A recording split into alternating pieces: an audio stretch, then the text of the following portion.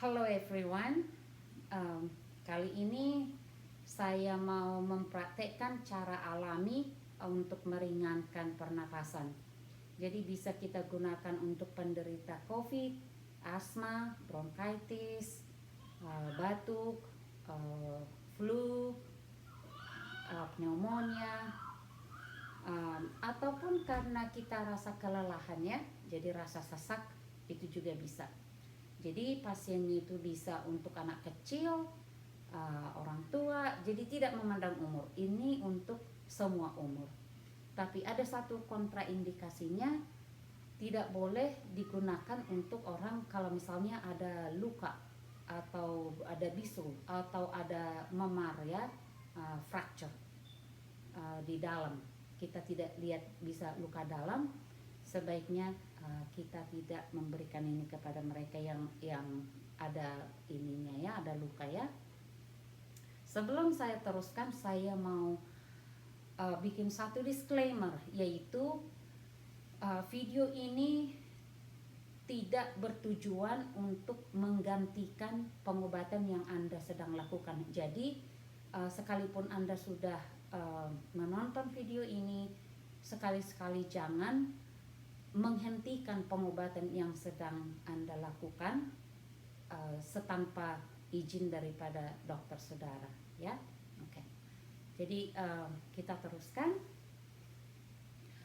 Ada beberapa cara alami untuk melegakan pernapasan. Bisa dengan herbal, bisa dengan physical medicine, bisa dengan pernapasan, ataupun dengan air. Kali ini saya mau mempraktekkan dengan cara air yang disebut dengan kontras hydrotherapy. Jadi kontras hydrotherapy ini menggunakan air panas dan air dingin. Jadi kita kontras panas dengan dingin. Alat-alat yang kita butuhkan itu sangat sederhana, perlu 2 baskom ya. 2 baskom satu untuk air panas, satu untuk air dingin. Kemudian kita perlu juga anduk ya.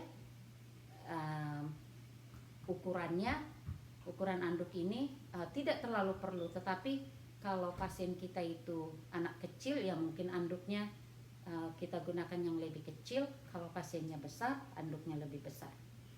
Nah, sebelum kita mulai, kita isi dulu baskom ini dengan air. Yang pertama kita isi dengan air panas. Air panas itu sepanas apa? Kita kira-kira aja. Jangan sampai terlalu panas, bisa mengakibatkan bisa melepuh ya. Jadi sepanas yang bisa kita toleransi. Kira-kira 45 atau 50 derajat lah ya. Atau bisa lebih, sebisanya kita toleransi ya. Yang dingin itu bisa kita gunakan air dari gentong atau dari kran, lalu kita tambah dengan es batu. Kalau tidak ada pun es batu, tidak menjadi masalah, tetapi usahakan bisa sedingin mungkin ya. Dalam hal ini saya menggunakan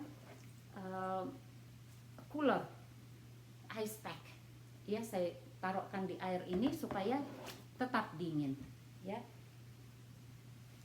Oke.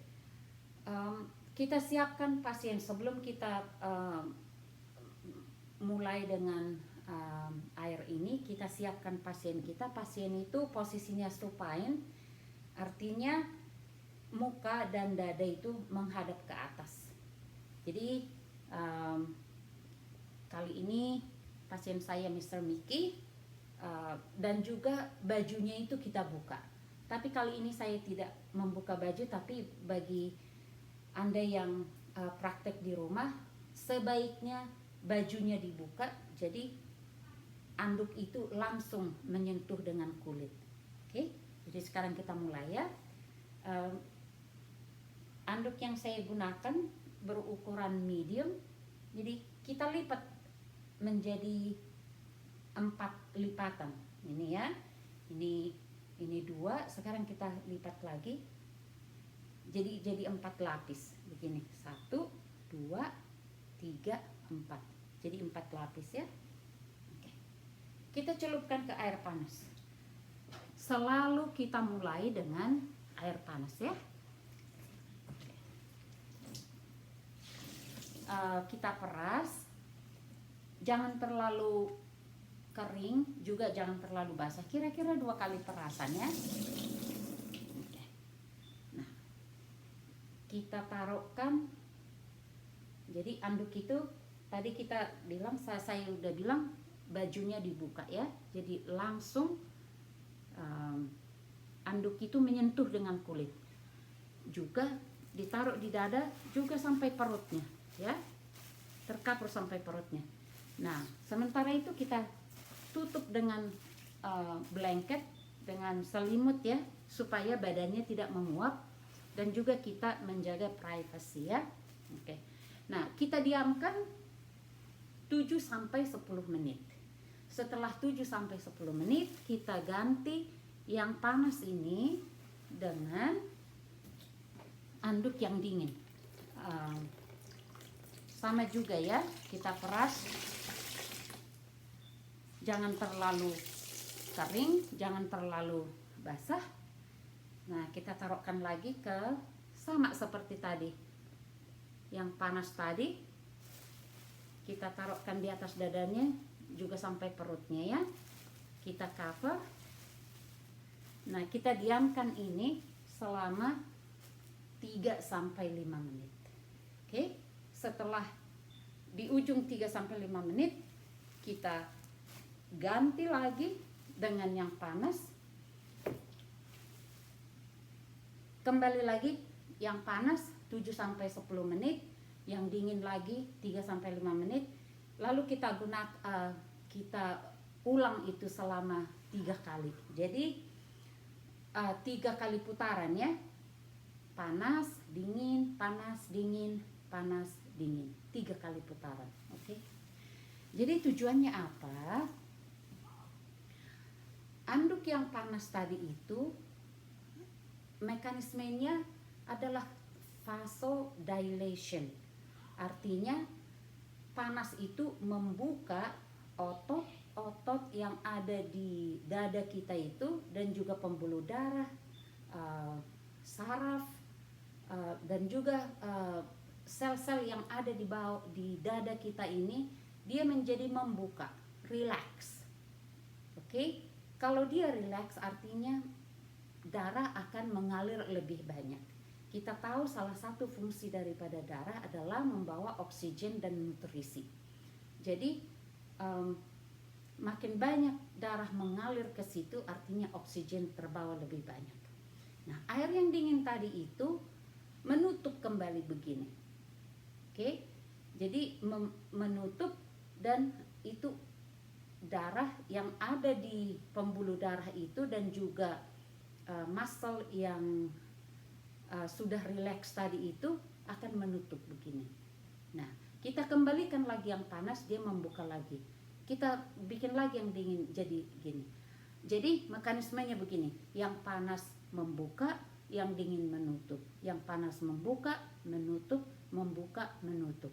Artinya di daerah dada ini kita create satu pulsation, yaitu nyut-nyutan, memompa ya, memompa begini. Nah, jadi dengan adanya gerakan pulsating begini akan membongkar apa yang memblok di saluran-saluran pernapasan kita ini. Misalnya dahak, mucus, lendir ya, virus, bakteri, toksin, racun, apapun yang memblok di situ, ataupun serpihan-serpihan yang mati, sel-sel yang mati yang ada di situ, itu akan terbongkar. Lalu darah yang mengalir di situ akan itu dibawa nanti, lalu dikeluarkan lewat melalui paru-paru, dibatukan, ataupun itu dibawa ke ginjal lalu diekskresikan melalui urin.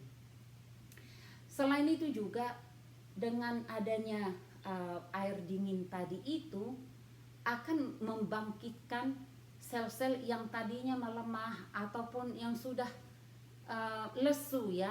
Jadi dengan adanya kontraksi daripada yang dingin itu, membangunkan kembali air, dengan kata lain sel-sel tisu organ yang lemah di situ akan menjadi lebih kuat lagi. Di samping oksigen sudah makin banyak, nutrisi juga mengalir ke situ, dan juga dia dibangunkan kembali. Jadi kita akan bernapas lebih lega. Jadi lakukan seberapa banyak kita melakukan ini, bisa kita lakukan 2 atau 3 kali sehari. Berapa lama bisa kita lakukan, 1 atau 2 minggu tergantung kondisinya ya. Kalau gejalanya sudah makin membaik, kita bisa lakukan mungkin 2-3 hari atau mungkin lebih lama. Misalnya penderita pneumonia, penderita TBC, asma, dibutuhkan waktu yang lebih lama karena treatment ini dia perlahan-lahan tetapi sangat membangun ya. Jadi tidak ada yang tiba-tiba, kita harus sabar dan telaten melakukannya. Semoga video ini bermanfaat. Kalau mau menerima update, kalau mau saya update dengan video-video saya berikutnya, silahkan subscribe, bagikan ke saudara, teman-teman supaya makin banyak yang teredukasi. Kelihatannya sederhana tetapi treatment ini sangat powerful ya, living water ya. Semoga bermanfaat. Saya Dr. Sibarani. Terima kasih sudah menonton.